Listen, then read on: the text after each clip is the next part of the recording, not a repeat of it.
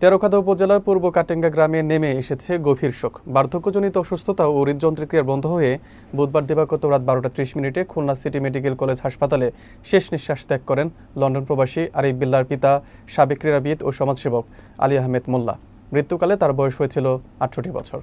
বিস্তারিত থাকছে রাসেল আহমেদের প্রতিবেদনে। বুধবার বাদ জোহর সরকারি ইখরি কাটেঙ্গা ফজলুল হক মডেল সরকারি প্রাথমিক বিদ্যালয় মাঠে জানাজা শেষে পারিবারিক কবরস্থানে তাকে দাফন করা হয়। আলী আহমেদ মোল্লা ছিলেন এক নিঃস্বার্থ মানবদরদী ও শিক্ষানুরাগী। তেরখাদার বহু শিক্ষা ও সামাজিক প্রতিষ্ঠানে তার সরব উপস্থিতি ছিল। এলাকাবাসী তাকে অভিভাবকসুলভ পথ প্রদর্শক হিসেবে স্মরণ করেন। তার জানাজায় উপস্থিত ছিলেন উপজেলা বিএনপির সম্মেলন প্রস্তুতি কমিটির আহ্বায়ক চৌধুরী কাউসার আলী, সাবেক আহ্বায়ক চৌধুরী ফখরুল ইসলাম বুলু, FM হাবিবুর রহমান, রবিউল হোসেন, মোল্লা মাহবুবুর রহমান সহ অনেকেই। তিনি স্ত্রী, 5 ছেলে মেয়ে ও বহু গুণগ্রাহী রেখে গেছেন। সমাজসেবক আলী আহমেদের মৃত্যুতে পুরো এলাকা হারিয়েছে এক আলোকবর্তিকা।